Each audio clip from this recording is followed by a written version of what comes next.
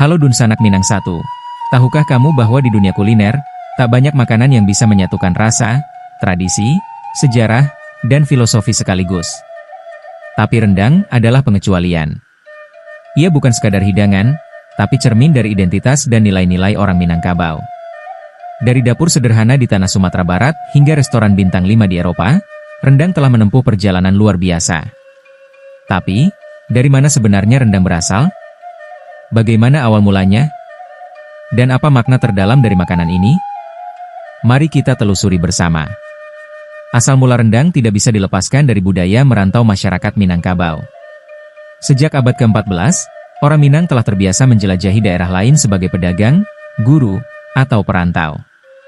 Perjalanan yang jauh membutuhkan bekal makanan yang tahan lama. Disinilah teknik marandang ditemukan, memasak santan dan daging secara perlahan hingga kering dan awet. Proses ini bukan hanya menjadikan rendang enak, tapi juga mampu bertahan berminggu-minggu tanpa pengawet. Cocok untuk dibawa ke rantau jauh. Kata rendang berasal dari kata Minang, marandang, yang berarti memasak hingga kering. Bukan sekadar memasak, tapi mengolah dengan sabar dan telaten. Rendang sejati dimasak 4 hingga 8 jam, dengan lebih dari 10 jenis rempah yang khas Nusantara. Rempah seperti lengkuas, kunyit, jahe, cabai, dan serai, bukan hanya memberikan rasa, tapi juga punya fungsi alami sebagai pengawet dan penyeimbang metabolisme tubuh. Proses memasaknya pun punya makna. Semakin sabar, semakin nikmat hasilnya.